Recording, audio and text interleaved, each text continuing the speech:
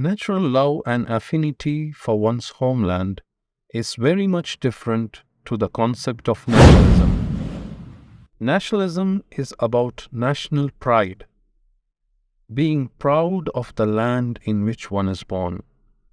It is about the feeling of pride and superiority just because one is born in a land.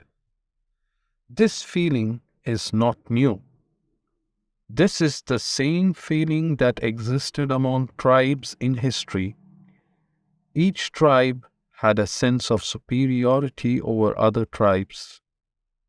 Association and disassociation was based on tribal bonding. Love and hate was based on tribal affinity. And even justice and injustice was based on tribal bonding. All of this because of an association we have to our land or tribe by birth.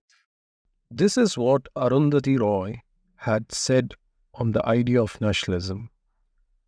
Nationalism of one kind or another was the cause of most of the genocide of the 20th century.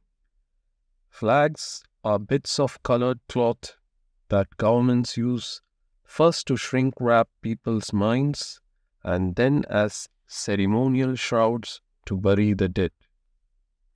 In the recent years in India, after the rise of the right wing to power, there has been a growing affinity of Muslims towards nationalism. The idea of nationalism has taken deeper roots in the last decade among Muslims than any time back in history.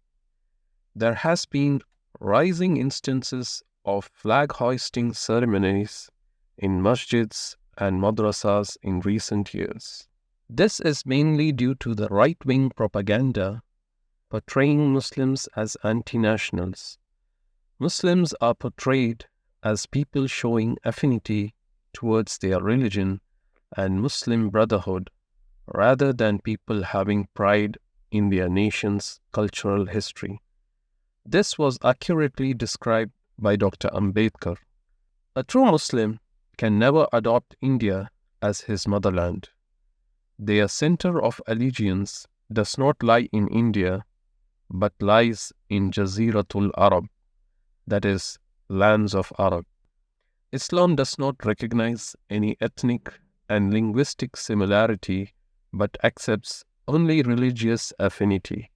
Such accurate descriptions of Islamic teachings are propagated by the Hindu right wing to create hatred towards Muslims and portray them as anti-nationals. This is exactly similar to how the Quraysh went to Najashi in Abyssinia and told him that Muslims have contrary beliefs about Jesus and that they believe that he was just a prophet of God. This was done by Quraysh so that it would anger Najashi and he would send back all Muslims back to Mecca. Islam on nationalism. Islam has condemned the idea of nationalism. There is no place for the pride arising from the idea of nationalism. The call to nationalism is a call for pride and arrogance.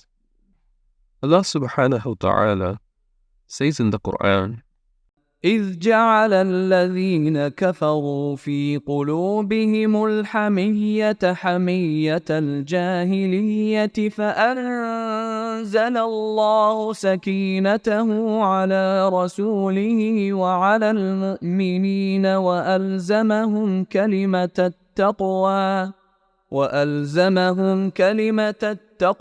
وكانوا أحق بها وأهلها وَكَانَ اللَّهُ بِكُلِّ شَيْءٍ عَلِيمًا.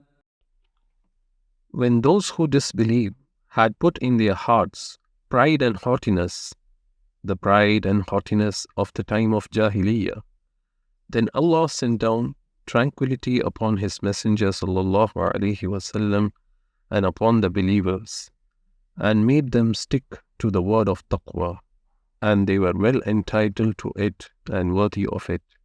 and Allah is the all-knower of everything. Allah subhanahu wa ta'ala also says in the Quran, يا أيها الناس إنا خلقناكم من ذكر وأنثى وجعلناكم شعوبا وقبائل لتعارفوا إن أكرمكم عند الله أتقاكم إن الله عليم خبير. O mankind, we have created you from a male and a female, and made you into nations and tribes, that you may know one another. Verily, the most honorable of you with Allah is the one who has at-taqwa. Verily, Allah is all-knowing, all-aware. Rasulullah sallallahu alayhi wasallam said, "He is not one of us who calls for asabiyya, nationalism, or who fights for asabiyya, or who dies for asabiyya." He sallallahu alayhi wasallam also said, "There are indeed people who boast of their dead ancestors, but in the sight of Allah, they are more contemptible than the black beetle that rolls a piece of dung with its nose. Behold, Allah has removed from you the arrogance of the time of Jahiliyyah with its boast of ancestral glories. Man is but an God-fearing believer or an unfortunate sinner. All people are the children of Adam, and Adam was created out of dust."